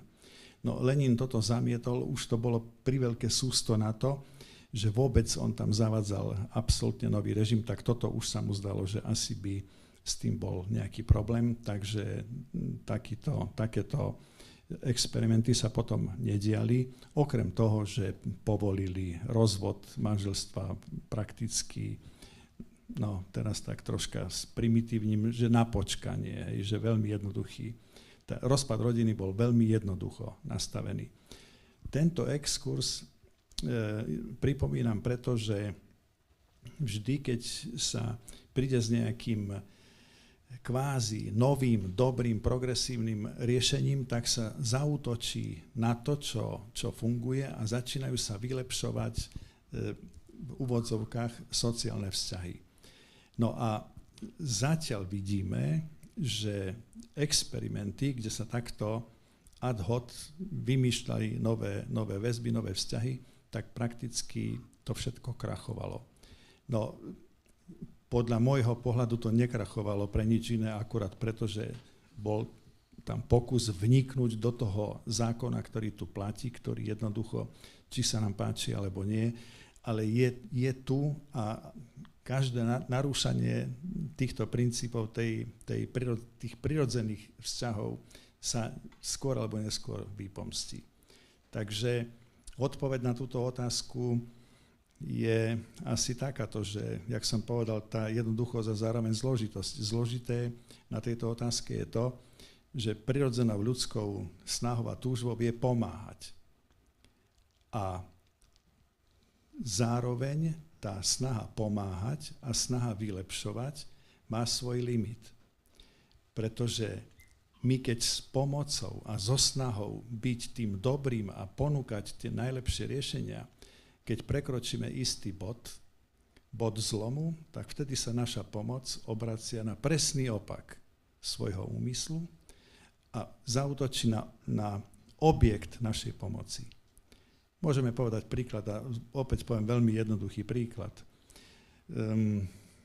Dajme tomu, deti majú radi sladké. Tak im dáme tabličku čokolády. No ale príde niekto, kto povie, to je málo. Treba im dať kilogram čokolády. A napríklad aj každý deň. No je to bizarné, ale ilustrujem veľmi takým primitívnym príkladom, že všetko, každý dobrý cieľ, alebo potešenie toho druhého, alebo záchrana, aj záchrana dokonca, musí mať svoje limity. Pretože možno pán Gombita o tom vie povedať ďaleko viac, že aj tá pomoc sa nesmie zmeniť a môže sa zmeniť v istom zmysle na svoj opak. A tam vidím tie úskalia, že v snahe vylepšovať spoločnosť môžeme veľmi rýchlo dosiahnuť pravý opak. A ešte jeden príklad. 32 rokov som žil v spoločnosti, kde nás učili, že tí nevzdelaní, pracovití, nevzdelaní ľudia, robotnícka trieda, dokonca široké zoskupenie širokého spoločenstva, sú tým predvojom pokroku, rozvoja, tvorivého myslenia a tak podobne a tak ďalej. Samozrejme na čele s komunistickou stranou, kde opäť ju zasa viedli ľudia, ktorí mali pôvodne byť teda z tejto robotníckej triedy.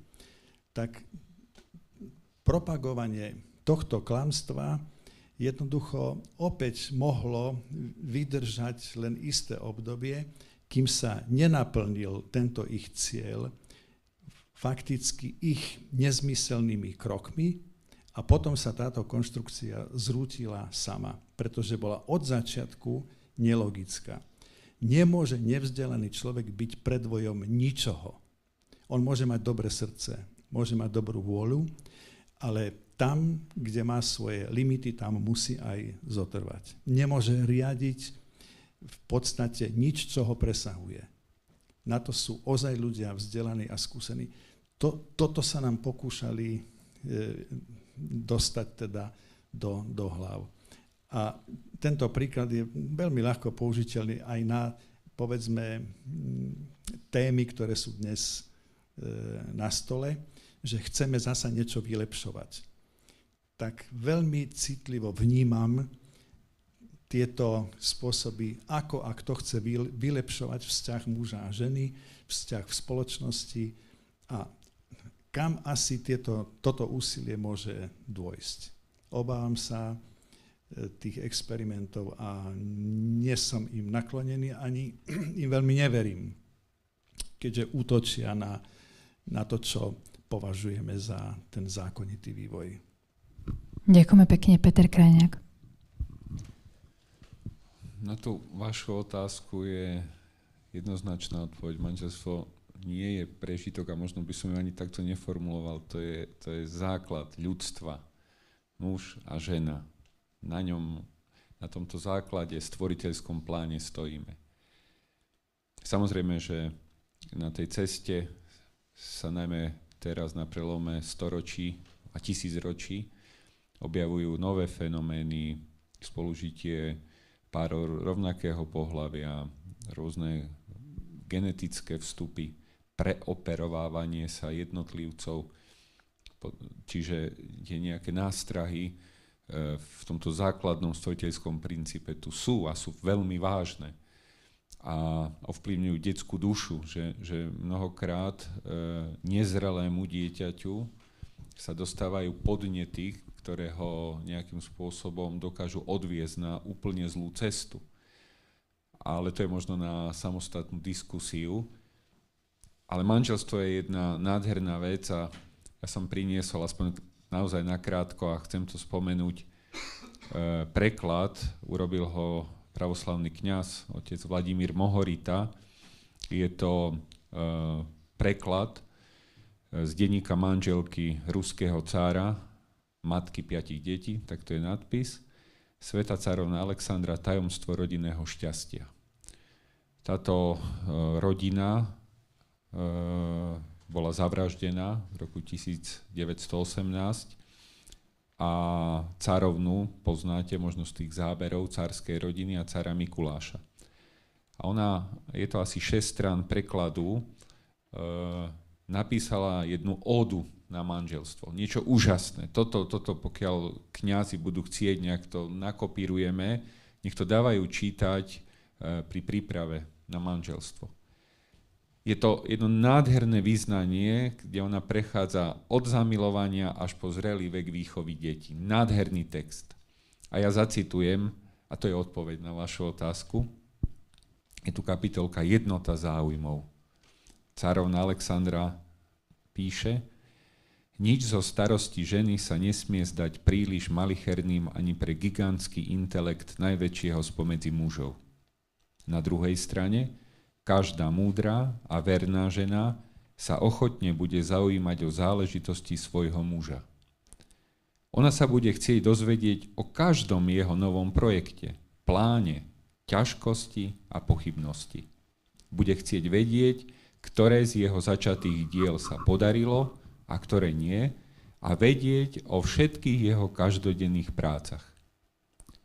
Nech sa obe srdcia delia i o radosť, i o strádania, nech na polovicu delia ťarchu starostí, nech je všetko v ich živote spoločné. Takže aj to je odpoveď na tú otázku. Manželstvo je základ, je fundament a napriek vybočeniam, ktoré sú v ľudstve, nič iné neexistuje, pretože to má už od stvorenia ten závdavok večnosti. Ďakujeme pekne. Pán Jan Figel, ešte ste ostali vy. Ja možno len dodám na Petra, aby to nevyzeralo, že si nerozumieme. Ja by som ani nedvihol hlas, keby biskupy rozhodli, štatutári, o tom, čo v chrámoch má byť, alebo koľko majú byť a nemajú byť otvorené. To je skôr o tom, aby právo a osobitne náboženská sloboda boli rešpektované, lebo náboženská sloboda, vlastne, ak si prečítate ústavu článok 24, ale to je iná téma, len zase ústava, hovorí o slobode myslenia, svedomia a viery. A to je najhlbší rozmer osobnej slobody. Týka sa veriacich aj neveriacich. Je to, a dovolím si to povedať, lebo to zle chápeme, alebo veľmi obmedzene, a potom je to tak aj interpretované a tak je to aj rozumené, že to je pre veriacich. A keď sa zavrú chrámy, lebo je choroba, tak sa im vlastne pomáha.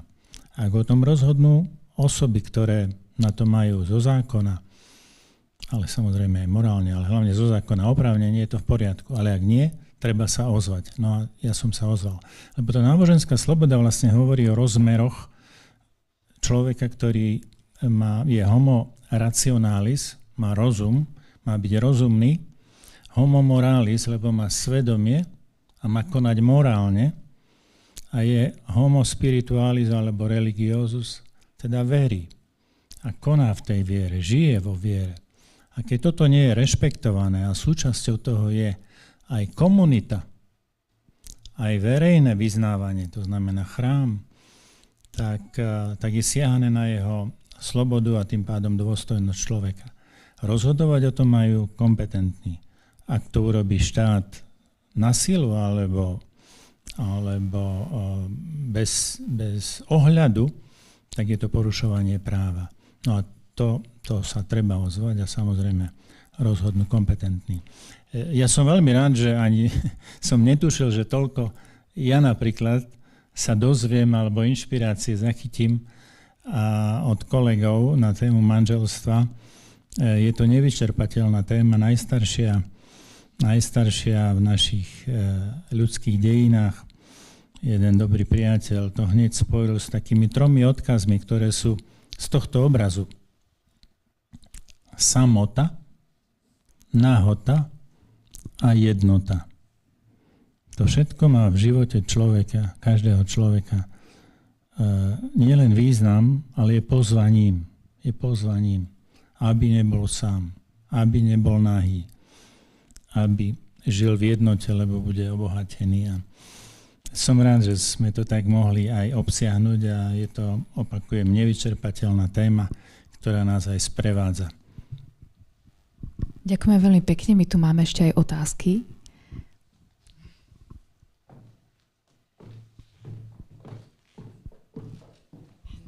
Ďakujem pekne, ja využijem tento priestor a rada by som sa chcela spýtať a na začiatku poďakovať za všetky hodnotné myšlienky, ktoré tu boli. takisto boli pre mňa obohatením. Ale tým, že žijem, alebo som človek dnešnej doby a vidím, čo sa v spoločnosti deje a vidím silný vplyv ideológií, ja by som sa, vy ste to spomenuli, načrtli trošku, ja by som sa chcela spýtať, ako to vnímate vy a možno vás, pán Figel, ako otca ochrany manželstva, teda ako ste priniesli ochranu manželstva do ústavy, či vidíte v tomto, že sa to môže táto definícia v ústave zmeniť, keď prídu nejaké takéto vplyvy, alebo vnímate tieto ideológie nejak silne? Teda neviem poriadne definovať tú otázku, ale že, či to vnímate, že sa to môže zmeniť?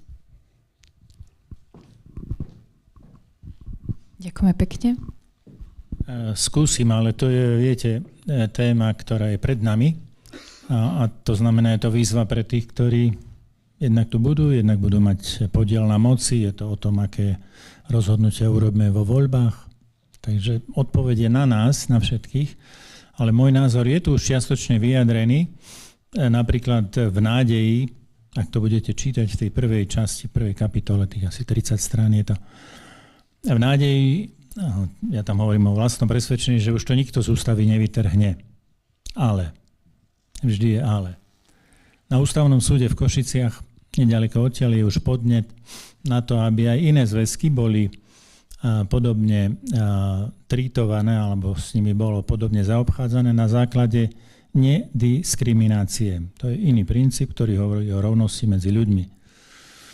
No a tá téma nediskriminácie ide cez celú Európu už veľmi vplyvne, lebo pod jej záštitou alebo na základe nediskriminácie už boli prijaté mnohé rozhodnutia v západoeurópskych štátoch, aby aj iné zväzky mali rovnaké práva. No a potom dospievame k tomu, že zväzky majú práva, a kde sú deti? Kde je právo dieťaťa na otca a matku? Lebo z dieťaťa sa pri týchto trendoch stáva tovar. K tomu totiž patrí nielen adopcia, k tomu patrí produkcia. Obstarať si deti. K tomu patrí téma náhradného materstva. Matky, ktoré sú zaplatené, aby vynosili pre niekoho dieťa. Predtým to dieťa je samozrejme nejako produkované umelo, má mať parametre, farby a tak ďalej. To je už manipulácia a hovorím o tom preto, lebo každá ideológia je odchod od pravdy. Istá túžba, istá až utopia a má nejaké východisko. Predtým to bola rasa. Ktorá rasa je lepšia, na čom treba stavať? Tá árijská bola tá slovanská bola menej. Rómska bola ešte menej, židovská bola problém. A likvidácia problému, to je stalinský prístup. Jest človek, jest problém. Niet človeka, niet probléma. Zlikvidujete človeka a aj jeho problém je vyriešený. Toto je stalinské riešenie. To je ideológia buď na báze triedy, jedna trieda je predvoj, a tí druhí sú brzda pokroku. A keď ich odstránime, tých kulákov a buržujov, bude lepšie. No bola z toho krvavá revolúcia alebo vojna občianska. Proste celý bolševizmus bol jeden brutálny omyl, ktorý priniesol krvavé storočie. A niektorí ešte plačú.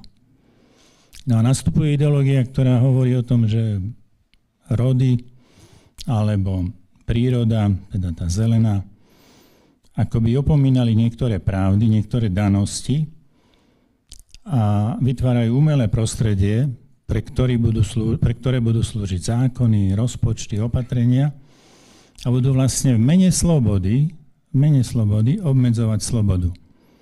Slobodu tých druhých, ktorí majú iný názor. A celé je to pomílené v tom, a končím, aby som toho nehovoril, že ľudská sloboda nie je najvyššia hodnota, lebo sloboda je dcérou pravdy. Pravda nás oslobodzuje. Ona nám dáva slobodu. To znamená, pravda je viac. Ale keď ju nerešpektujeme, keď každý má názor a každý má pravdu, tak potom ideme do babylonskej veže alebo do chaosu. Možno by som to mal tak uzavrieť nejak rozumne, nielen kriticky. Veľmi sa mi páči odkaz od Roberta Schumana. O 2 dní je Schumannov deň. To, že sa podarilo na západe vytvoriť zjednotenú Európu a tým pádom mier, vyše 70 rokov mier, čo je až predtým nepredstaviteľné na západe, je malý zázrak a on je v procese blahorečenia. Ale jeden odkaz Roberta Schumana znie: demokracia buď bude kresťanská, alebo nebude. Lebo demokracia je vláda ľudu. Väčšiny ľudu. Väčšina rozhodne aj na zastupiteľstve, aj v parlamente. Ale ak tá väčšina sa nedrží pravdy, tak nepravda začne platiť. Hej? Začne byť zákonom. Blud niekedy. No a toto sa stalo aj v tom Nemecku, kde prijali norimberské zákony, kde proste demokraticky cez referendum bol postavený Führer. A potom došlo k tomu, čo poznáme. Nemecko, ktoré malo najviac nositeľov Nobelovej ceny, sa dokázalo takto zmanipulovať. To robí ideológia. Vtedy bola rasová. Preto pozor na ideológie, preto sa treba držať rozumu, zdravého rozumu, alebo vo svetle rozumu nachádzať odpovede. A nám viera, to kresťanstvo pomáha v tom, že sa drží rozumu, hlása dôležitosť rozumu. Boh je rozumná bytosť. Obdaril nás rozumom a slobodou konať podľa toho, čo je správne, čo je dobre.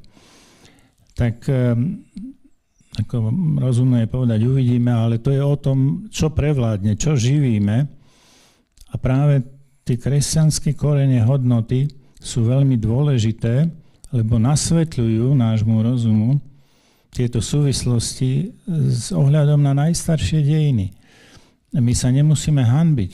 My môžeme byť skôr hrdí na to, čo kresťanstvo prinieslo a ako prekvasilo Rímsku ríšu. A nielen Rímsku ríšu, ale celý náš kontinent. A preto mohol povedať ten istý Schumann, že kresťanstvo je späté, demokracia je spätá s kresťanstvom v čase a v priestore. Takže držme sa toho, oživujme tie korene, z ktorých vyplýva toto ovocie, lebo bez koreňov strom vyschne a bez koreňov ani človek nebude prinášať tú úrodu, ktorú by mal, lebo nikto z nás neprišiel sám od seba. Každý má predkov, má kultúrne predpoklady k tomu, aby prinášal lepšie a väčšie ovocie.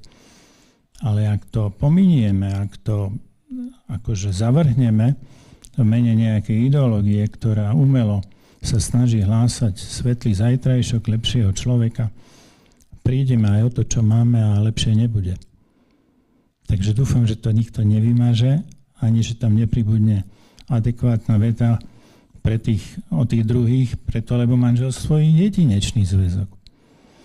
A tým druhým odkazujem, že keď už teda aj partnerstvo každého s každým, alebo pro všechny, Česi to už takto nazvali pro všechny, je zákon, tak prečo to obmedzujú na dvoch? Keď sloboda, tak sloboda. Prečo obmedzovať slobodu? Ak teda sloboda je prvý princíp alebo najvyššia hodnota. Isté, že to už je ešte väčší blud, ale hovorím to preto, lebo keď extrapolujeme tú cestu, ktorá sa nedrží pravdy, tak prídeme do neobmedzených bludov a bude nešťastie. Tak ja som skôr odhodlaný to obraňovať a pozývam všetkých, ktorí zmýšľajú podobne, aby takto konali. Je to v našich rukách, chvála Bohu. František Tomášek tak povedal. Náš osud je v našich rukách. Ďakujeme veľmi pekne. Sú ešte nejaké otázky? Tak ďakujem páni za diskusiu s vami, za vaše inšpiratívne myšlienky, za to, že ste sa podelili o ne. A keď sme začali prvou stránkou vašej knihy, tak skončíme poslednou a prečítame si, teda dovolila by som prečítať modlitbu za rodičov.